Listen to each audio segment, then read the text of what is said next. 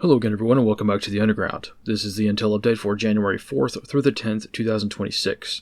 We are officially 10 days into the new year and things are already getting spicy around the world, so let's get right to it. On the home front, the main story this week is rioting in Minneapolis and other major cities, which mostly revolves around the shooting of Renee Good in Minneapolis after she attempted to run over an ICE agent with her vehicle. After this incident, protests broke out in most major U.S. cities, but the more kinetic rioting so far has been mostly confined to Minneapolis and Portland, Oregon. The Portland riots are twofold. Portland is rioting mostly because it's an Antifa stronghold and they have received their marching orders to cause chaos in solidarity with the Minneapolis shooting, but also because Portland had their own CBP-involved shooting yesterday as well, which has granted Antifa the leeway to increase civil unrest operations in their enclaves. Around the world, tensions remain high as always, but this week in particular has been spicier than most as we're tracking multiple kinetic events overseas. The most unclear, but also the most important situation that is currently developing is the civil unrest that has broken out in Tehran, which we'll dig into at the end. In Europe, the war in Ukraine saw a very significant escalation this week as well, which took the form of Russia using an Oreshnik IRBM to target an underground gas storage facility that provides natural gas not just to Kiev, but other European nations as well. The battle damage assessment has not really been conducted just yet, but it looks like this facility was completely destroyed just based on the munition that was used, and the effects are already being felt. The mayor of Kiev has urged the city to evacuate due to the inability to provide heating for much of the city. As a brief aside, this evacuation order might have ulterior motives, as in this might be a way to quietly evacuate the city ahead of another major strike in the city itself. I have thought of this theory, so I wanted to mention it, but I think right now this evacuation order is indeed mostly about the cold weather. Those Ukrainian winters are legendarily brutal, so it's going to be extremely tough for residents to keep warm with Europe's largest natural gas facility knocked out. This week, for strategic movement has mostly been centered around the continuation of the tanker wars. The United States has seized several ships since the last briefing, all of which have been associated with the Ghost Fleet, which is the colloquial term for the stateless vessels that travel around the world doing the dirty work for embargoed nations. Otherwise, in terms of actual naval forces, please forgive me, this slide is a little bit out of date, but suffice it to say the United States continues the very substantial naval deployment to the Caribbean Sea, which has expanded in scope to now include the wholesale seizure of oil tankers. So overall, quite a busy week on sea and land, at home and abroad. And speaking of home, there have been quite a few kinetic events popping off here in the United States this week. Right now, I'm tracking multiple active kinetic events around the country. As of this morning, we have civil unrest primarily focused in Minneapolis and in Portland. Less kinetic protests are also being carried out in most other major U.S. cities, and in most cases, demonstrators are setting up for the long haul, so we're probably going to see more long-term protesting over the next few weeks. And also, separately from the more active kinetic events this week, we had a fairly standard gang shooting in Salt Lake City, which was not really out of the ordinary. However, the circumstances of the shooting and where it took place were noteworthy for other reasons, so I did want to mention it, and we'll get into that in just a bit. So let's jump down into a more regional view and just take a look at Minneapolis, because that's the hot topic today.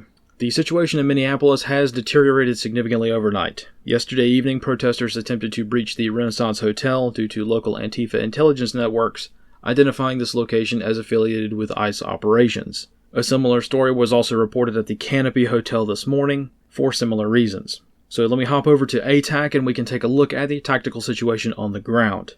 Right up front, there are three main organizations that are carrying out the bulk of insurgent operations for the city. So here on the map, I have all of the map layers and all the map data that I have for Minneapolis turned on. I know it's a little bit busy and confusing. I just wanted to show the general state of affairs in Minneapolis at the moment, including things like Somali safe houses, kinetic events that have occurred over time, things like shootings and stuff like that. So just to clean up the map a little bit, I'll turn those layers off so that we can have a better and more clear view of what's actually going on in the city in terms of current events. So this is how the situation looks right now. Antifa is responsible for the usual standard. For the most part, at least down south, they have been the ones who are responsible for much of the unrest surrounding the original shooting site here at the corner of Portland Avenue and East 34th Street. Now, for the most part, they've been trying to do what they can to maintain control of this site. This is definitely some key terrain for them, and they have mostly been trying to cordon off Portland Avenue itself to try to place obstacles here at the northern end and the southern end of the street.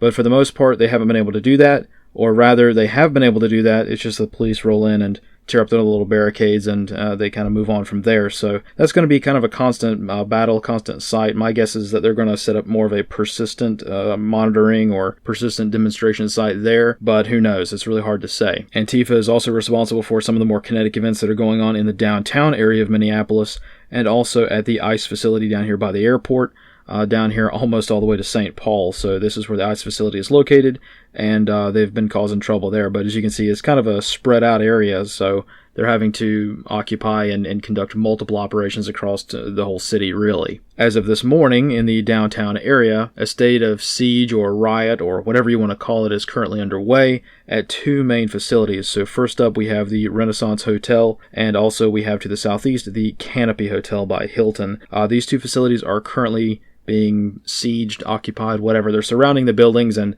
trying to harass anybody who comes and goes from these structures, because their intelligence networks have determined that ICE agents and Customs and Border Patrol agents are currently staying at these hotels while they carry out operations around the city. Now, you might ask, how was Antifa able to figure out that ICE are located at these two facilities? Well, that is due to the next two groups, because they are a little bit more mobile and harder to pin down to one specific site or location on the map. The larger group is ICE Watch, which is a national group that has been organized to tail ICE convoys and figure out where they are going. This effort also includes battle tracking maps, which they use to document the locations of ICE agents, dox them, and so on. Another similar group, which is a more local effort, is the Defend 612 organization, which is basically the same thing as ICE Watch, but it's tailored for the local 612 area code, as in Minneapolis. This group is more cellular and way more hands-on, as the goal of this group, stated on their own website, is to directly intervene in ICE operations and generally take a more active role in preventing them from arresting criminals. You can pull up their own website and see that they encourage people and encourage their own members to take risks when it comes to stopping ICE in their area. So this is a very kinetic group, very hands-on, very bold group in the Minneapolis area. Other groups which have made an appearance on the tactical map are the Somalis. Yes, several Somali clans have been given the go command, so we'll be on the lookout for when they decide to carry out operations and generally get more involved. My guess is that the Somalis don't exactly mesh too well with Antifa, so we'll see how that works out, but they are definitely a big faction, and there are many Somali clans in the Minneapolis area, as we all know from before this unrest got started. The Somali presence in Minneapolis is staggering, so they are definitely a very big faction to keep an eye on as this unrest gets underway.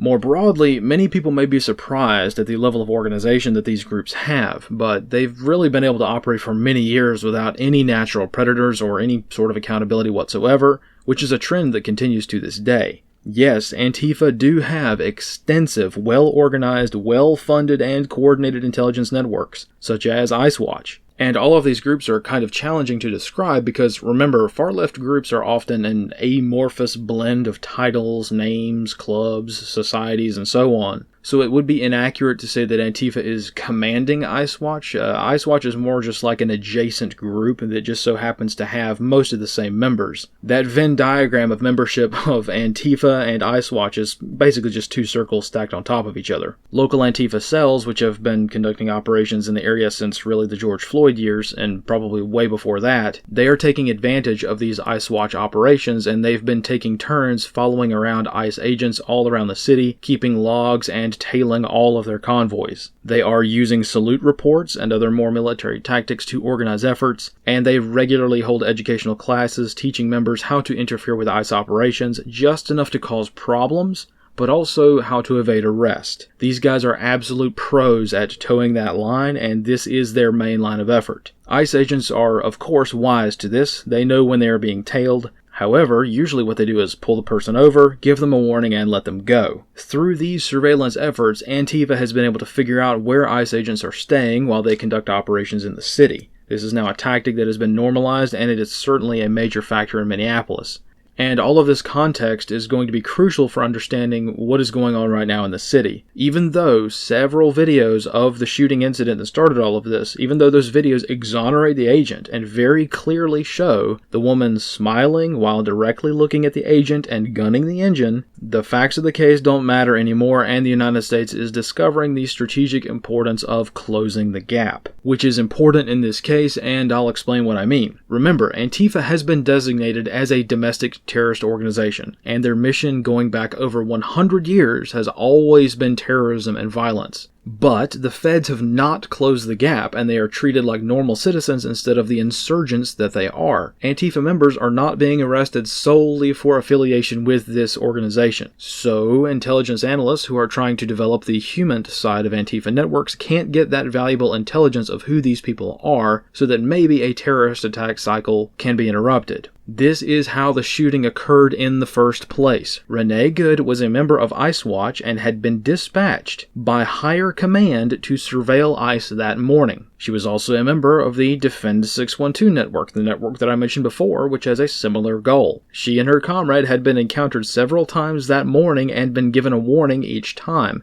At least that's what the story is from inside DHS on the ground. If she had been arrested on obstruction charges for tailing an ICE convoy multiple times, she might be alive today. Granted, this was exactly what the ICE agents were trying to do. That's what led up to the shooting. They had given her enough chances to leave them alone, and she was actively using her vehicle to block the ICE convoy from leaving the area. They finally had enough and were trying to get her out of the car to arrest her on obstruction charges. At that point, they did not know that she was so ideologically motivated for her cause that she was willing to die for it. And what's more, there will be many more shootings like this. Looking at the video of the shooting, we are careful to observe that after the shots were fired, not one single person ran or even ducked for cover. Isn't that a little bit odd? One of the ICE agents fell down trying to get out of the line of fire, but none of the Antifa militants even moved. This tells us a lot, both about how serious they are, but also how their decision-making capabilities are impaired so much that even basic survival instincts are affected. Now, is this due to drugs, ideological fanaticism, or mental illness? I don't know, probably all three. I know that the internet has a tendency to look at people like this and discount them because of how very obviously mentally ill they are just by looking at them, but this is your reminder to be cautious. You don't necessarily have to be SEAL Team 6 to cause havoc throughout a city.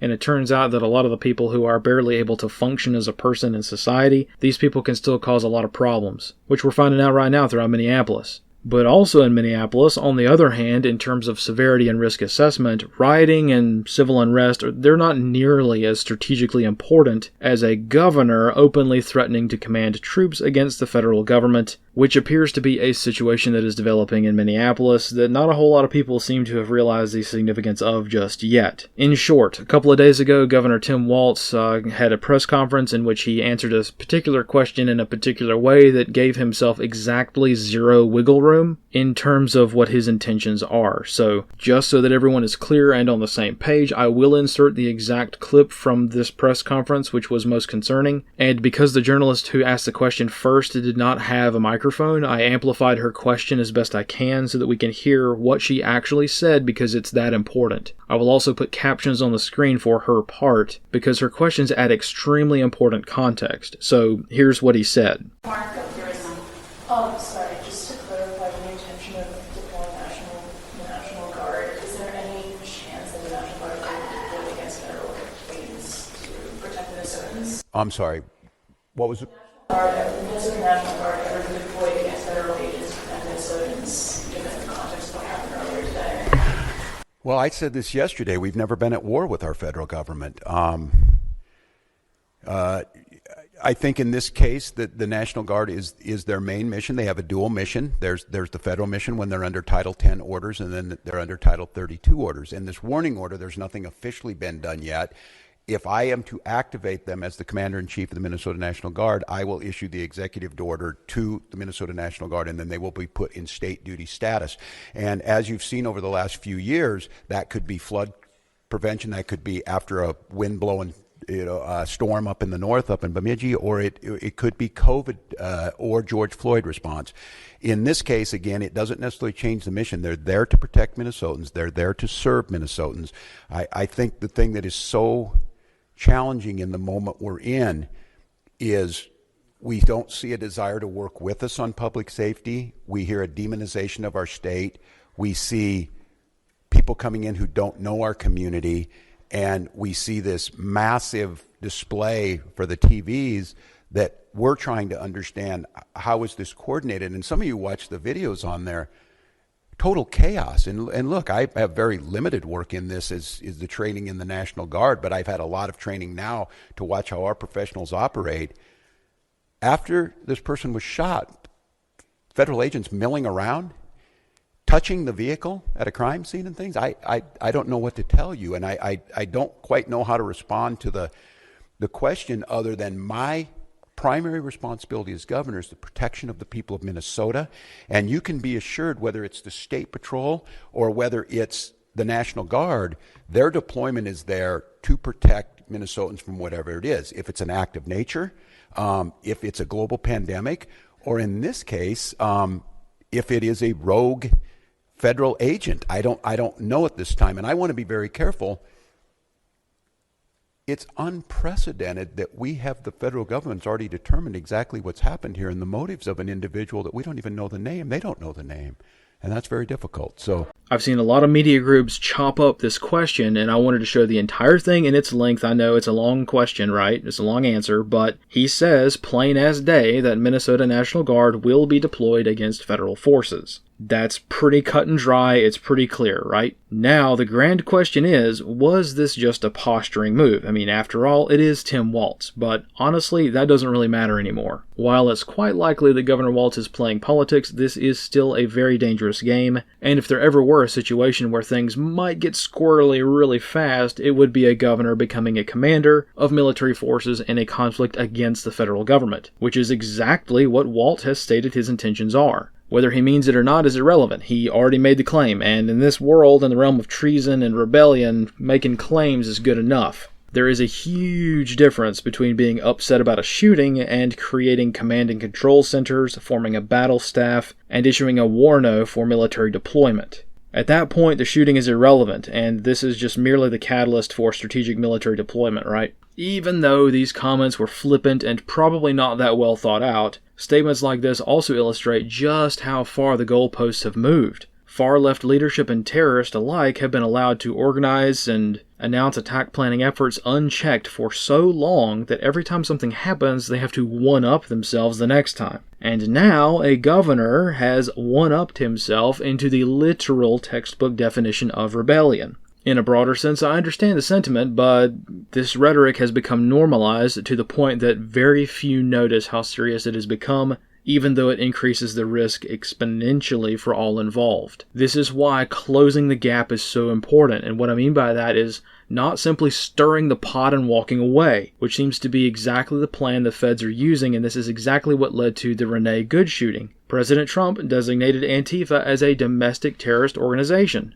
They have already kicked the hornet's nest, but they haven't arrested hardly anybody. This is where the risk comes in to the average person and why we have to be aware of what's going on in our cities. There is a big difference between average street criminals and legitimate insurgents. But both groups have gotten their feet back under them after laying low during the early days after Trump took office. Far-left terror groups were devastated after he was elected, and the election itself blunted their beaks a little bit. What's going on in Minneapolis has confirmed that this honeymoon period is over, and far-left terrorist organizations have run rampant to the point that the risks are extreme since they have to one-up whatever they did last time. Now, it's become regular and routine for ICE agents to not be just harassed, but straight up assaulted wherever they go with no arrests. And this applies to local police as well. Even the police chief of Minneapolis himself was personally assaulted in Minneapolis last night by rioters trying to attack him as he was exiting a press conference. Hopefully this solidifies just how serious the situation is in Minneapolis. Not to doom and gloom on anything, the situation is 100% recoverable, it's just that the feds and even the state and even the city have to do what they're supposed to do. And right now they're not interested, so this is going to be a very risky time for people who live in Minneapolis at the moment. Again, the situation is absolutely recoverable, but it requires an iron fist, and that's going to have to be the approach with a lot of these organizations and agencies. Yeah, the rioting is not good, but these intelligence networks and these operational centers and these organizations that are getting set up, and they've been set up for many, many years, no federal agency is taking the fight to them, and because of that, we have to be aware of the risks that are presented to the average citizenry. So that's it for Minneapolis. Let's move out west and talk about another rather unfortunate incident, which has rapidly become rather important, which was a gang shooting that was reported at an LDS church a few days ago. Now, the sole reason for mentioning this is due to the cover-up that is actively underway on this case. Wednesday evening, a shooting was reported at an LDS church on Redwood Road in Salt Lake City. 2 fatalities were reported and 6 others were wounded after an argument in the parking lot resulted in an altercation between 2 individuals and the subsequent shooting. At the time of the shooting, a large crowd was gathered at the church for a funeral memorial service viewing of a local Tongan Man. This is where the investigation by local media stops, and statements by everyone from the local TV stations to the police department themselves to politicians which have weighed in on this, they are all taking the perspective that this is another act of senseless violence at a religious institution in the United States, and it's just a shame that this took place at this facility. Now, normally, shootings at churches of all places are extremely important. They are important to me, and I do want to focus more on these types of shootings because attacks on religious institutions around the United States are rampant these days, and the media downplays these attacks all the time. So whenever I hear about a church shooting or something like that, or a church arson event or something like that, I focus more attention on it. However, that's not what happened in this case. This facility is literally a safe house for the Tongan Crip gang. Videos from inside the funeral confirm that this whole place was, as we say, cripped out. And they decorated the entire venue with the blue bandanas the gang is known for. They even wrapped the coffin of the man who was deceased in the colors of the gang, and they decorated the entire facility to let everybody know that this was a Crip facility. They even had dudes show up to the funeral wearing ski masks and drinking alcohol inside the LDS church. None of this has been mentioned at all by the media because this puts the media in a tight spot. The media are on an absolute blitz to sell the sob story of all involved during this shooting and to get the stories of everybody involved. The problem is, everyone they interview is a Tongan Crip. One of the victim's spouses was interviewed by the media, and she said point blank that her husband, one of the 2 fatalities, told her not to go. To both me and every criminal investigator that has ever lived, this one line here is enough to establish probable cause for linking this person to gang activity. But the journalist writing this article didn't think to ask, why did he tell you not to go? Did he know there was going to be a murder that night? Which tells me they are either completely oblivious to this, or they don't want to recognize the obvious due to the link to the LDS church. This is obviously a very sensitive issue, and pointing fingers at church leadership in Salt Lake City will end your career real quick. This is very uncomfortable, but this is the truth, and we cannot avoid it. The LDS Church was aware of and allowed one of their wards to become a literal safe house for the Tongan Crips, and directly enabled this over the years. There are some reports, I haven't confirmed this, but there are some reports that the local bishop was actually there that night during the shooting. So they know about it. This is very clear and very open, right, throughout the church. This ward in particular is segregated in the purest definition of the word. Services are only held in the Tongan language. No English is used anywhere at this church, at least not for any of the services. You know, from an analytical perspective, it's never really a good idea to paint everybody with a broad brush, right? But in this case, literally everyone at this church is affiliated with the gang. They are not former gang members who have found the church and turned their life around. That's, decently respectable, right? That's a good thing. No, these guys are not former gang members. These are active gang members who openly confess to being in the gang on social media. And what's more than that is local authorities have stated that none of the ward members are assisting in the investigation, as the entire congregation refuses to identify either of the shooters. So that sort of torpedoes the theory that, everybody here is just kind of bewildered. No, they're all actively, collectively helping the gang. So we can't even say, well, they're not all bad.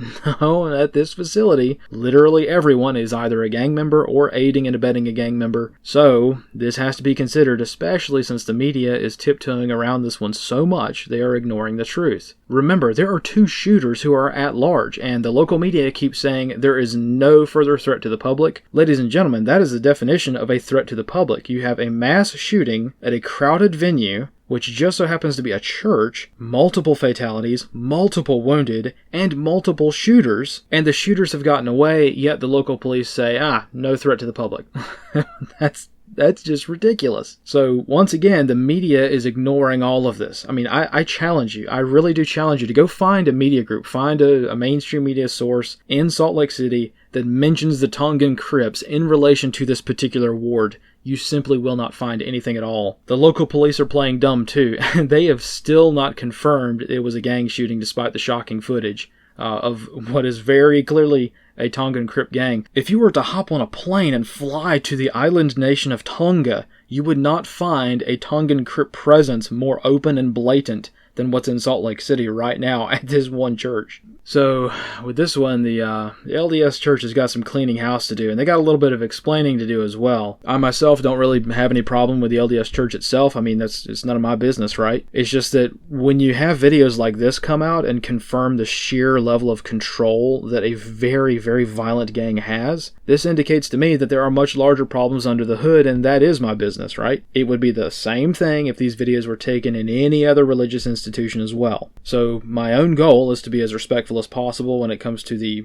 belief systems here, right? That part is none of my concern. What is my concern is a gang using a church to conduct operations, dominate terrain, and run rampant without any sort of accountability because the police don't want to ruffle feathers with the church. That is not acceptable, so I'm going to be digging around and see what I can find because my personal guess is that there are other locations which have the same problems. So, that's it for the United States. Let's jump overseas to another touchy subject, the Middle East. In Tehran, the situation is a bit spicy and the general mood in the air is revolution. Right now, it's probably too soon to tell, but this may indeed be the real McCoy. Of course, due to the perspective of all parties involved, it's hard to say what's true. To be frank, the United States, but especially Israel, has been looking at Iran like it's one of those big fat steaks from a Tom and Jerry cartoon. So every time a protest pops off in Tehran, the propaganda machines start belching out stories that the Ayatollah is about to flee, or the revolution is underway, or something fantastical like that, right? Even if it's just like 4 guys protesting, that's what you're going to read in most media around the world. So that's something to consider. Iran has faced many protests over the past few decades. They've weathered the storm before, but I guess the grand question is, are they going to weather this one? And that I don't know. All of this just means that it's extremely unlikely that these riots started organically. However, if another Iranian revolution were genuinely on the menu, this is probably how we would find out about it too. Things happen quickly in Tehran, and right now, even factoring in outside influence and propaganda, Iranians themselves are a bit upset at the moment for a variety of reasons, which has driven the mass protests that have broken out around the country over the past few weeks. Shortly after things kicked off, the Iranian government cut the internet, and as of this morning, the internet is still shut off to the entire country. This has resulted in a very sharp decline in the videos making it out of the country. Right now, the only way to know what's going on is via people who have satellite internet connection, or are otherwise able to get around the internet restrictions. There are some reports that the Iranian government has tried to jam local Starlink terminals within the country.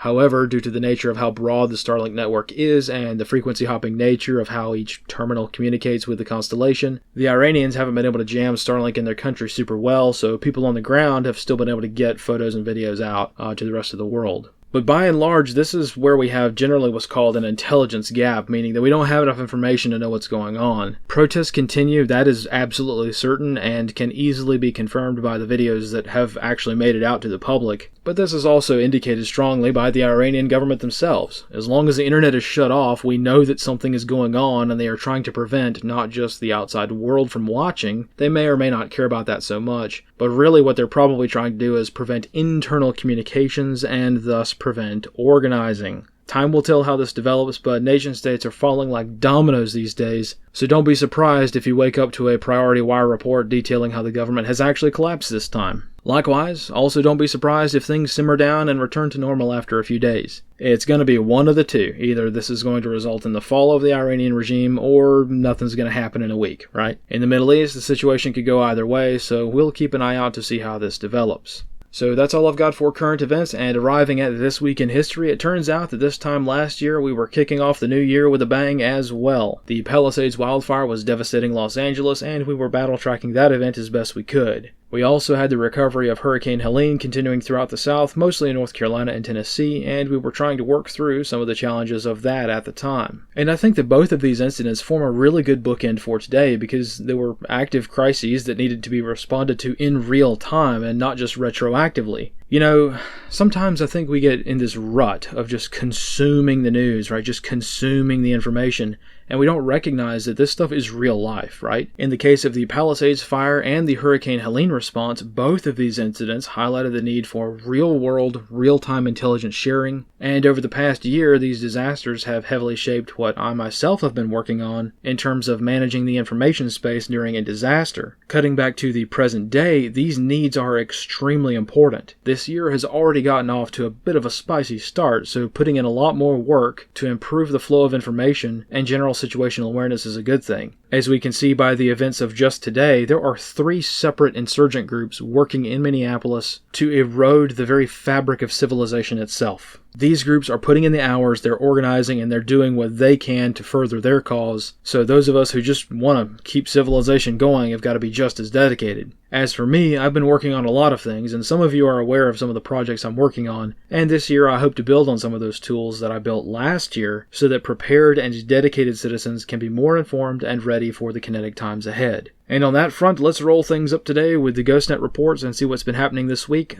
From my spot, I didn't really catch much because I could only monitor for a short period of time this week. I only had time to dip in and out for just a short period of time, but that's okay. Time is short for everybody these days, so that's kind of what the net is built for as well. Either way, it's good to pop in every now and then and keep skills sharp, make sure everything works, and that we can all stay connected even if everything else fails. At least for me, that little bit of redundancy is both helpful and reassuring for the times ahead. So that's all I have for today, everyone. As usual, don't forget to check out all of the links below if you're interested in learning more about anything I've covered today. I have all of my research and links listed on Obsidian, and all of my mapping data can be found in multiple places depending on what your needs are. If you want mapping data similar to what I've shown today, this can be found on my Common Intelligence Picture map linked below, and I have an entirely separate map for tracking all kinds of migration-related issues, gangs, cartels, the works. And more importantly, I've also been mapping all of the NGOs that have been helping them. And of course, for the nerds out there who want my mapping data to pull into ATAC, I have KMZs galore on my GitHub page, which I update frequently. These KMZs contain all of my map layers, both the locations of current events like shootings and ambushes and such, but also the more historical side of things like hostile safe houses, logistics hubs, stuff like that. So check it out if you're interested. And with that, that's all I have for today, so thank you guys for sticking around. Thanks for sticking with me. It's been a very busy week, I know. Busy times are ahead, but it's alright, we'll make it. Just one day at a time is how I plan to handle it at least, so thanks again, thank you for all of your support, and I'll see you next time. And as always, fight in the shade.